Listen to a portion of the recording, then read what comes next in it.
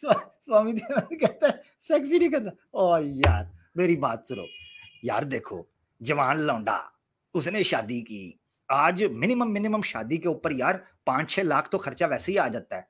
वाह भाई वाह, उसने को अच्छा लड़कों की शादी होती है, वो जनाब हाथ को दिक्कत देना और हाथ को तकलीफ देना पहले ही 6-6 7-7 महीने रोक देते हैं। संडे बने होते हैं, संडे बैल नंदी, उस नंदी को तुम गंदी हरकत करने से रोक रहे हो। तो नंदी को जब गंदी हरकत करने से रोकोगे तो वो दीवार में टकरे नहीं मारेगा तो और क्या करेगा। मैं भी सोचा करता था ये नई नई शादियां हैं, अभी तो इनके हाथों की मेहंदी भी धीमी नहीं होती है जी, इनके तो जेवरात भी उतर कर अभी पेटियों में नहीं जाते, तिजोरियों में नहीं जाते, ये घपा घप ठप्पा ठप तक पपा पप करना शुरू कर देते हैं। साथ वाले की मौज लग जाती है, फिर ये इल्जाम मुसलमानों पे लगाते हैं, ए जनाब जी ये हो रहा वो हो रहा, लो जी हवाला ले लो।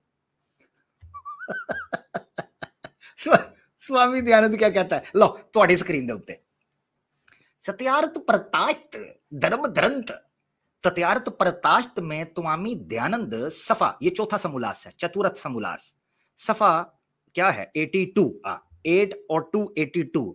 वो कहते हैं जब महीने भर में रजस वाला ना होने से गर्भ यानी प्रेगनेंसी स्थिति का निश्चय हो जाए, तब से 1 वर्ष पर्यंत स्त्री पुरुष का समागम कभी ना होना चाहिए, क्योंकि ऐसा ना होने से संतान उत्तम और पुण्य दूसरा संतान भी वैसा ही होता है, अन्यथा वीर्या व्यर्थ जाता देने की आयु। अच्छा ठीक है, सॉरी, अन्यथा पहले ऊपर वाला समझ लेते हैं, पहली 3 लाइनें ऊपर समझ लेते हैं, फिर वो आगे बड़ा मजे का मसला है उसको समझ लेते हैं।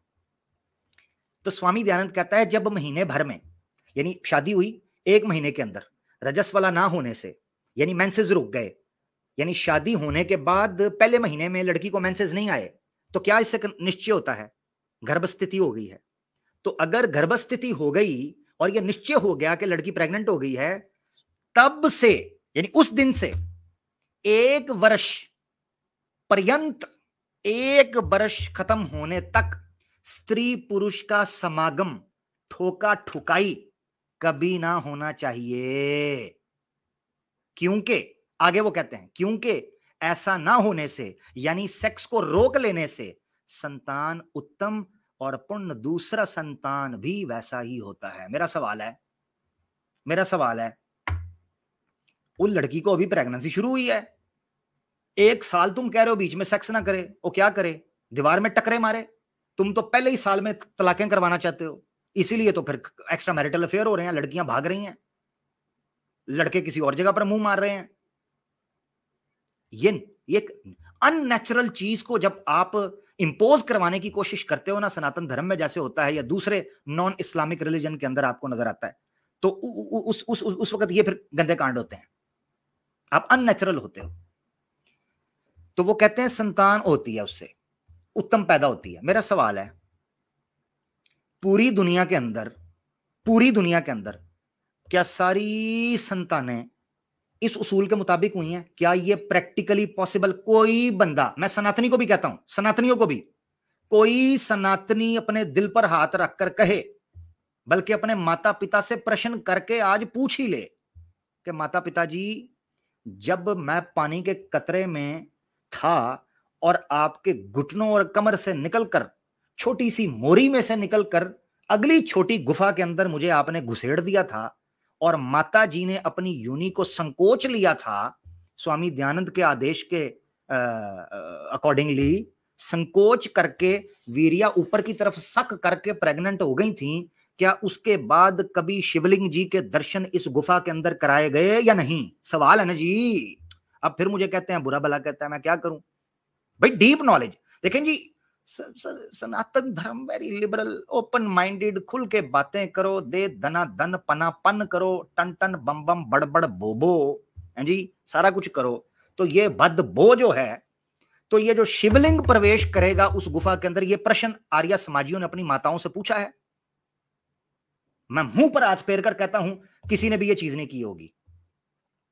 ये सारे ही जिस वक्त मैं आपको सही बताऊं, जिस वक्त इनको पता चला होगा इनकी माताएं गर्भवती हैं, उसी रात को ज्यादा शोर मचा होगा इनके माता पिता के कमरे के अंदर, क्योंकि भाई ज्यादा प्यार, याद रखें, मर्द और औरत में यानी हस्बैंड और वाइफ में उस वक्त प्यार ज्यादा बढ़ जाता है, ज्यादा अट्रैक्शन हो जाती है जब वो प्रेग्नेंट हो जाती है स्टार्टिंग के डेज में। ऑब्वियसली बाद में जाकर चूंकि मेडिकल ये वो शोर शराबा, मूड स्विंग्स, फलाना टमकाना, गुस्सा, लड़ाइयां शुरू हो जाती हैं, मगर स्टार्ट के दिनों में कम से कम पहले 1 महीने के अंदर मर्द बहुत ज्यादा प्यार करता है अपनी बीवी के साथ। उसको तो ज्यादा दिल करता है कि मैं अपनी बीवी को प्यार मोहब्बत करूं, है जी। तो सवाल ये है कि ये किस किस्म की साइंस है? पूरी दुनिया के अंदर सारे मामला चल रहे हैं, आप कहते हो बच्चा हो, संतान उत्तम नहीं पैदा होगी, ये कौन सी साइंस है? तो पिछले जन्म किधर गया फिर? अब देखे ना, दूसरा सवाल है मेरा, एक मेरा साइंस का सवाल है, दूसरा सवाल इस प्रमाण के ऊपर या इस टीटो पार्टी के ऊपर मेरा ये है टिड्डल से, कि टिड्डल साहब ये बताएं कि आप तो कह रहे थे कि पिछला जन्म निर्णय लेता है और धर्म राजा परमेश्वर जो होता है उसकी प्रेरणा से शरीर तय होते हैं कि किस शरीर के अंदर जीव जाएगा और कैसा शरीर होगा, ये तो पिछले पुण्य और पाप फैसला करते हैं। तो फिर 1 साल तक माता पिता को क्यों रोक दिया? उल्लू के पट्टे टिड्डल, माता पिता को क्यों रोका जब पिछले जन्म का फैसला था? समझ आ रही है कि नहीं आ रही है आपको? दोबारा सुन लें, अगर फैसला पिछले जन्म ने करना था तो 1 साल तक जवान लौंडे लौंडियों को जिनकी नई नई शादी हुई थी रोका क्यों? इसने पता क्यों रोका था? क्योंकि इसकी अपनी शादी नहीं हुई थी, ये नपुंसक था। अब देखें, दो चीजें हैं, ये आर्य समाजी फैसला करेंगे। या स्वामी दयानंद टिड्डल नपुंसक था, इसीलिए इसको गुस्सा था उन मर्दों के ऊपर जो ठीक ठुकाई करते हो, इसलिए मुसलमानों के ऊपर इनको बड़ा गुस्सा था क्योंकि वो दे मार 4.5 करते हैं, इनको गुस्सा चढ़ता था, जेलसी थी। दूसरा ये है कि ये नपुंसक नहीं था, कड़ियल मर्द था, तो फिर उस वक्त मानना पड़ेगा इसने शादी नहीं की। ये आर्य समाजियों की, अपने चेलाओं की जो औरतों को रोकता था 1-1 साल के लिए, ये वहां गुप्त रोग उनके अंदर जो है ना वो डालता था, ये ड्रामेबाजी करता था वहां। अब फैसला आर्य समाजियों का है, नपुंसक या आर्य समाजियों की लड़कियों पर नजर रखने वाला, क्योंकि 1 साल तक उसने पाबंदी लगा दी। समझ आ गया आपको? अब एक और रेफरेंस ले लें, मैं चाह रहा था 1 घंटे में खत्म करूं, मगर क्या करूं, टिड्डल का पिछवाड़ा जब मेरे सामने आता है तो तीर मेरा फड़फड़ाने लगता है। ओए होए होए, ऐसे ऐसे फड़फड़ाता है जैसे घोड़ा घोड़ी को देखकर हिनहिनाता है, जैसे पहाड़ी बकरा बकरी को देखकर निछे मारता है।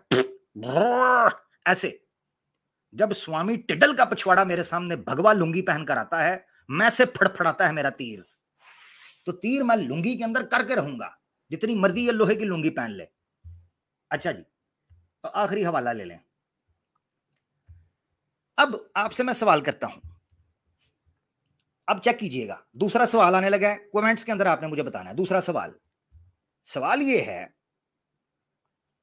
अगर कन्या और पुरुष पैदा होंगे पिछले जन्म के अनुसार, वो निर्णय लेगा पिछले जन्म में क्या हुआ था, तो मुझे ये बताएं, इसमें लड़की का, उस बीवी का कसूर है जो सिर्फ लड़कियां पैदा कर रही है? मुझे बताएं, आपसे सवाल है, दोबारा सवाल सुन लें ताकि आप जवाब दे सकें। अगर पिछला जन्म निर्णय लेगा कि लड़का होगा या लड़की, इसमें बीवी का कोई कसूर है जब फैसले पिछले जन्म ने करना है? बताएं मुझे। नहीं, कोई भी अकलमंद आदमी कहेगा नहीं, ऐसे ही है ना जी, सब कह रहे हैं नीचे नहीं नहीं, जो सारे समझदार आदमी हैं। अब जरा सुने, आगे बढ़ते हैं, हवाला ले लें। आपकी स्क्रीन के ऊपर यह भी अद्भुत हवाला सत्यार्थ प्रकाश का, सफा 101। स्वामी दयानंद नियोग को डिफेंड करते हुए एक तरीकाकार बताते हैं कि नियोग किस वजह से करना चाहिए। तो सफा 101 चतुरथ समोल्लास है सत्यार्थ प्रकाश का, पेज 101, सेकंड लाइन से आपने पढ़ना है। वो क्या कहते हैं? वो कहते हैं जब जब, मेरे ख्याल से पहली लाइन से पढ़ते हैं ताकि आपको बैकग्राउंड भी समझ आए। वो कहते हैं कि अगर लड़का पैदा ना हो रहा हो और सिर्फ लड़की पैदा होती रहे,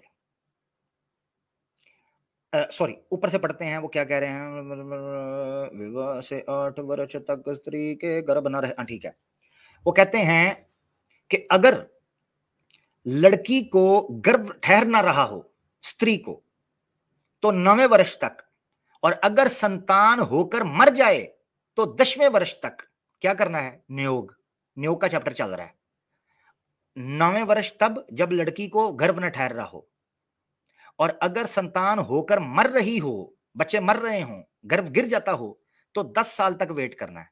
आगे चेक कीजिए दूसरी लाइन, वो कहते हैं जब जब हो, स्वामी कहते हैं संतान तो हो, मगर जब जब हो तब तब कन्या ही होवे, पुत्र ना हो तो 11वें वर्ष तक, और जो अप्रिया बोलने वाली हो तो सदा उस स्त्री को छोड़ के दूसरी स्त्री से संयोग करके संतान उत्पत्ति कर लेवे।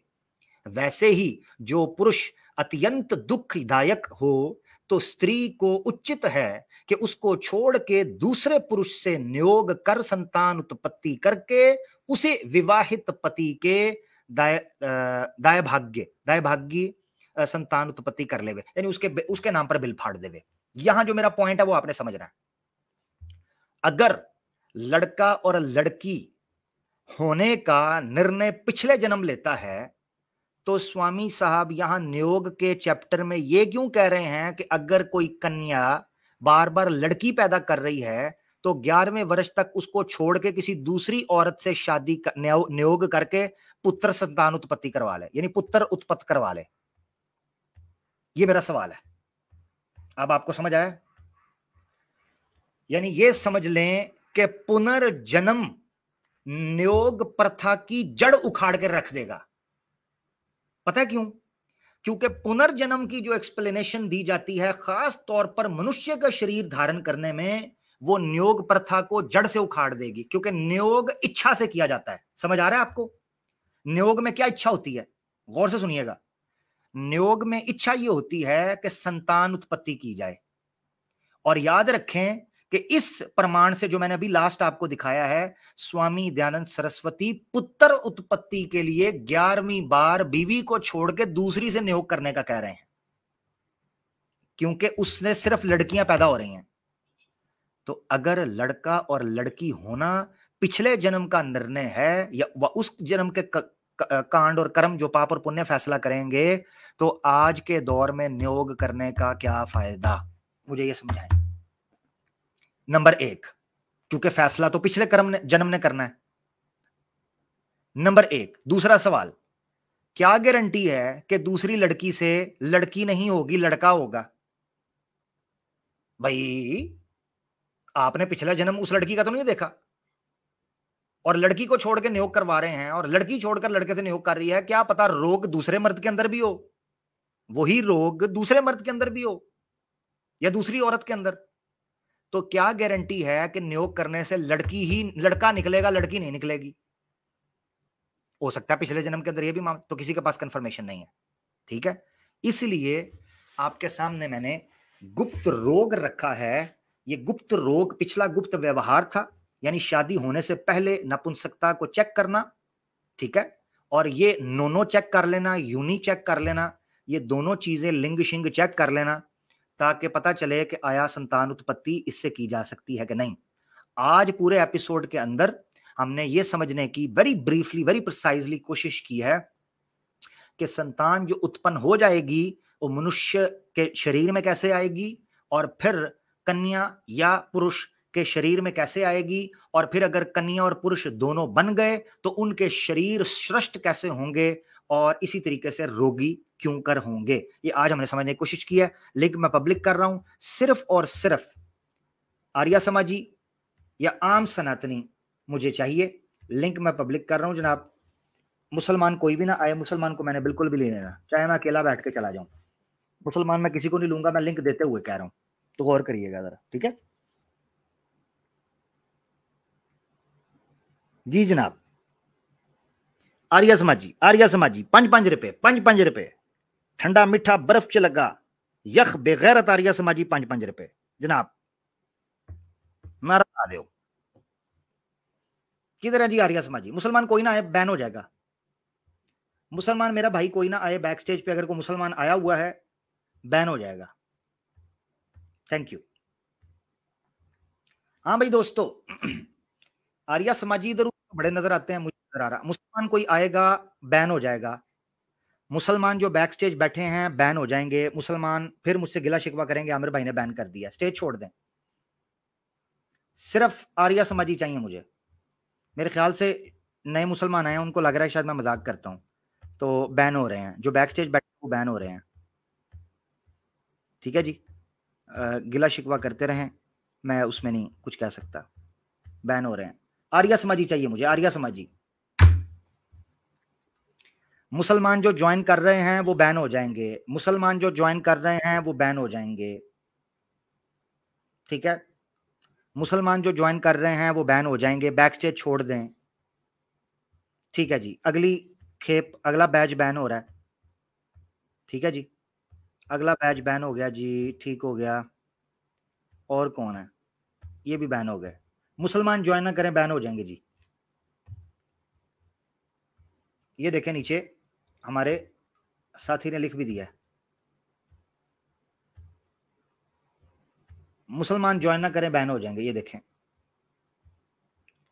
ये जो पीछे आईडी में आया ये अपना कैमरा खोले। जिस बंदे को मैं जानता हूं उसको कैमरा ओपन करने की यानी कैमरा बंद करने की कोई जरूरत नहीं है। लो जी बैन हो रहा है, फेक आईडी सैम चलन भाई की बना के आया, बैन हो गया। आर्या समाजी, आर्या समाजी 5-5 रुपए, 5-5 रुपए। यार किधर हैं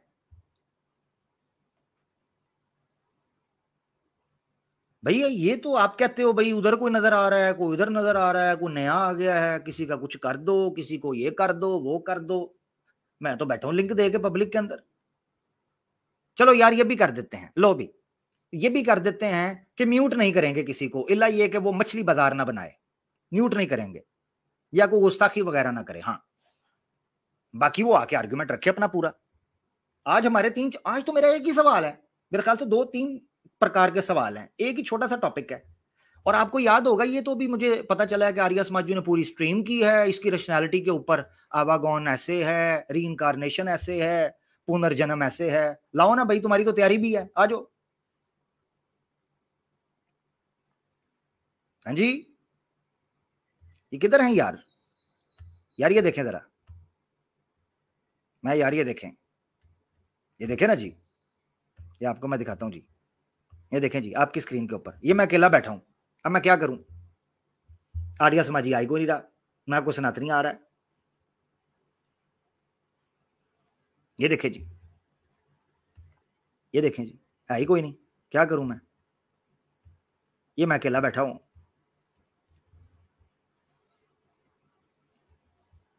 क्या करूं मैं? आप तो कहते थे ये बड़े को निकले हुए हैं, को बड़ा जनाब को मार्केट के अंदर शोर शराबा पड़ गया, आर्या समाजी जाग गया है, रौला डाल दिया ग्रुपों के अंदर, डिस्कॉर्ड पे बहुत एक्टिव हो गए हैं जनाब। पता नहीं क्या दलाइल को ले आए हैं, को तोपें आ गई हैं, को मशीन गन्ने आ गई हैं। किधर है ये? कौन कौन है? कहाँ है? कहाँ है? ऐसा ले आना जरा। बेटा अबू आ गए हैं मार्केट में, आपका दुकानदारी तब चलनी थी। वो स्वामी दयानंद उस वक्त अंग्रेजों के जूते चाटा करता था, वो उस वक्त चलती थी। ये आवाज़े हक है, आवाज़े हक, आवाज़े हक। ये तुम्हारे चड्डे चीर के रख देगा दलाल की रोशनी में। हाँ, इधर ना घुसना बेटा, इधर ना घुस जाना गलती से, बारबेक्यू हो जाएगा।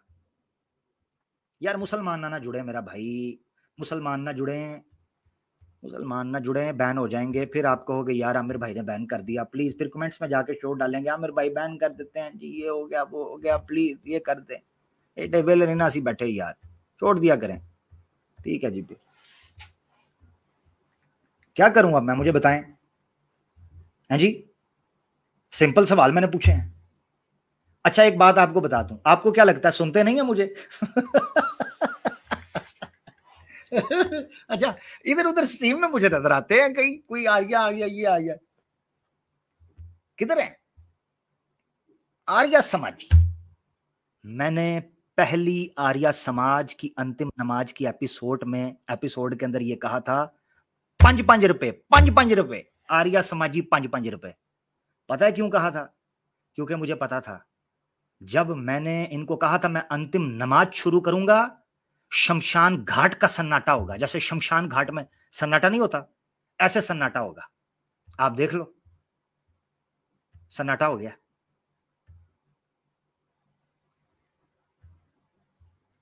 ठीक है ना, ये है चक्कर। वो आर्या समाजी मुझे को चाहिए, आर्या समाजी, ये बड़ा जरूरी है, ये याद रखें जी। एक मेरे साथ आए फेक करके हैं, फेक भाई, हेलो हेलो। जी जी, फेक भाई कैसे हैं? हाँ जी, पूरा नाम लीजिए ना मेरा। पूरा नाम ये देखें, हाँ। आपके सामने है, ये देखें, फेक लिखा हुआ है, नहीं, फेक कोई भी नहीं, नहीं, फेक मजहब लिखा है ना मैंने। नहीं, स्क्रीन पे देखें, ये देखें, ये देखें, फेक कोई भी, ये लिखा हुआ है। अच्छा अच्छा। पूरा नाम ही लिया मैंने, तो आपका नाम पूरा लूं क्या? क्या है आगे, क्या है, कुत्ता बिल्ला है तो बता दें, वो लगा देता हूँ। नहीं, ये वीरेंद्र है सिंह है जी, मेरा नाम। नाम का क्या है, दलाइल दें, नाम का मैंने क्या करना है, पूरा नाम ले मेरा, तू मजिस्ट्रेट लगा थे, जवाब दो उधर दलील के ऊपर। अच्छा। भाग जाओ यहां से, चुप पर बैठने के लिए आए हो, मुझे को बताइए बंदा, हाँ, बेवकूफ उल्लू का पट्टा नहीं चाहिए मुझे, मुझे चाहिए कोई ज्ञानी जो कहे जी मैं महापुरुष हूं, तो मैं फलाना हूं, मैं महर्षि के जो है ना वो लुंगी के अंदर सर दे के तपस्या की है मैंने 5 साल, मुझे इस तरह का चाहिए हैं। हाँ, छोड़ डाल, ये को प्रॉपर बंदा है ना, अपनी आईडी खुद फेक रखी हुई है और मुझे कहता है जी पूरा नाम लो, फेक कोई भी, मैंने पूरा पढ़ दिया, तो इसका क्या करूं, फेक, ये पूरा नाम लो ना।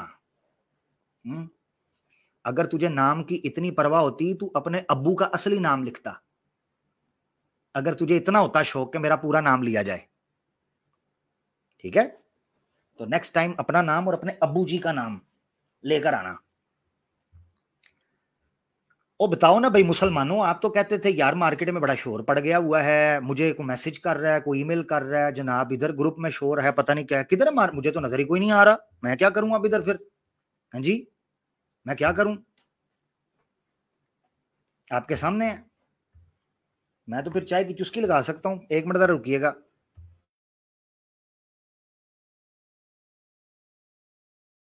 तो क्या कहिएगा जनाब, मैंने बताया था जब अंतिम नमाज शुरू होगी शमशान घाट का सन्नाटा होगा, शमशान घाट, ये याद रखना।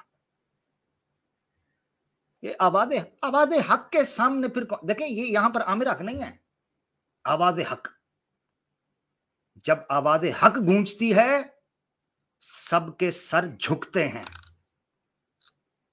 याद रखना। हक के सामने किसी के पास कोई क्षमता नहीं होती कि वो खड़ा हो सके, ये होता है हक।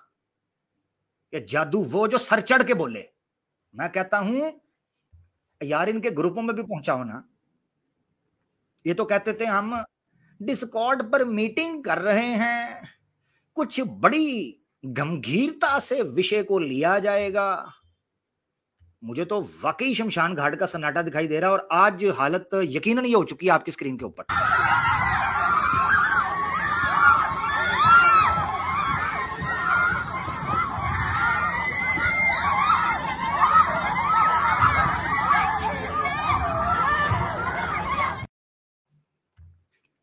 जी जनाब, ये है सारा चक्कर, ठीक है जी। तो आज मुझे यूं फील हो रहा है, आए हाय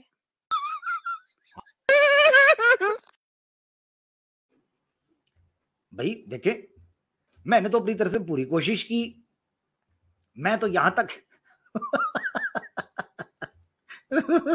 मैं, मैं तो यहां तक कोशिश कर दी है मैंने कि यार चलो आर्या समाजियो, चलो कोई बात नहीं, पूरा मौका दूंगा बात करने का, मैंने तुम्हें पहले बताया ना माइक म्यूट करूंगा सिर्फ ये 3-4 चीजें नहीं करनी, ना माइक म्यूट होगा, ना तुम्हें उतारा जाएगा, ना तुमसे सख्त बात करूंगा, चलो ये भी ले लो, ठीक है, 3-4 चीजें नहीं करनी। बात नंबर 1, टॉपिक से इधर उधर नहीं जाना, यानी आर्य समाज का जो टॉपिक चल रहा है वो रहेगा। दूसरा, कोई गुस्ताखी वगैरह नहीं करनी, ठीक है, इस्लाम के बारे में। हाँ, मुझे जो मर्जी, मुझे बुरा भला, मुझे गालियां निकालनी है, उसके लिए तुम्हें छूट है, वो नहीं मैं कह रहा, ठीक है ना, उसकी मैं परवाह भी नहीं करता। और तीसरी चीज ये है कि मछली मंडी नहीं बनाना, ओवरलैप नहीं करना। जब आप बात रखोगे मैं नहीं बोलूंगा, ठीक है जी, और जब मैं बात रख रहा हूंगा मैं चाहूंगा आपने नहीं बोलना। नंबर 1, टॉपिक पे रहेंगे तो ये इस तरीके से बात चलेगी। हाँ, ये नहीं है कि आपने नहीं बोलना तो आप अपनी इधर तूती बजाना शुरू कर दें। वो एक आया था हमारे पास, गंभीरता से लीजिए, गंभीरता से लीजिए। वो गंभीरता से लेने के चक्कर में 5 घंटे हमारे जाया कर गया और सुना के रहा है राजा भोज गंगू तेली। वो तेल कौन सा था? राजा भोज का भोज कहां, भोजपुरी था या कोई और था? हैं जी, जनाब यमराज की कितनी बीवियां थीं और बीवियों के कद काठियां कैसी? उल्लू के पठो, विषय पे बात करो जो टॉपिक है। वो अपनी रामलीला कथाएं मुझे सुनाते हो। आदि पुरुष बनी है वो देखने नहीं जाते, जिसको खुद नहीं देखते हमें क्यों दिखाते मरते हो? जो बनाया है अपने हाथ से उसको भुगतो। जम्मन वाले नु रोवो, जो खुद बनाया है उसको खुद देखकर भुगतो। ये क्या आतंकवाद है? हमें कथाएं सुनाना शुरू कर देते हैं, ये नहीं चलेगा इधर। हाँ, विषय पे बात करनी है, ये होगा सारा, ये बड़ा जरूरी है। तो लिंक जरा जनाब, यार मुसलमान ना ज्वाइन करें। ये आया था एक भाग गया, ये भाग गया, एक आया था, इसको मैं लेने लगा था। ये लिंक मैं फिर कर रहा हूं पब्लिक, ये बड़ा जरूरी है। अपना नाम ठीक करके आ भाई, फिर लूंगा। ये पता नहीं क्या तूने कूचू मूचू आया हुआ है। हिंदी में लिखे तो कोई बात नहीं, आजकल हम हिंदी भी सीख रहे हैं। वैसे मैं संस्कृत की क्लासें भी लेना शुरू कर रहा हूं, मुझे एक बड़ी मजे की प्लेलिस्ट मिली है। और देखो जैसे मुझे मौका, वैसे मसरूफियत की वजह से मैं इतना ज्यादा तो नहीं जल्दी कर पाऊंगा जितना जल्दी मैंने हिंदी के ऊपर हाथ सेट किया है। मगर ये है कि मैं कोशिश पूरी है कि मैं संस्कृत की क्लासेस जो हैं ऑनलाइन जो पढ़ी हुई हैं वो मैं ले लूं। हाँ, मुझे अगर कोई ज्यादा दिक्कत वगैरह होगी तो मैं ऑनलाइन किसी संस्कृत के पंडित वगैरह से या ज्ञानी से संपर्क कर लूंगा और उसमें मैं कर लूंगा।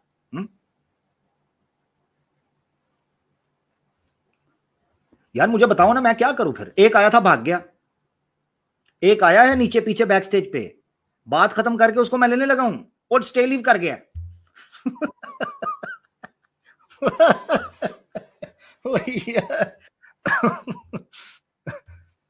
यार मुसलमान ना ज्वाइन करें प्यारे भाई, मुसलमान, मैंने कहा था मैं अकेला बैठूंगा, मुसलमान ज्वाइन नहीं करेंगे, ठीक है जी। तो अच्छा, चलें हम किसी विषय पर बात कर लेते हैं।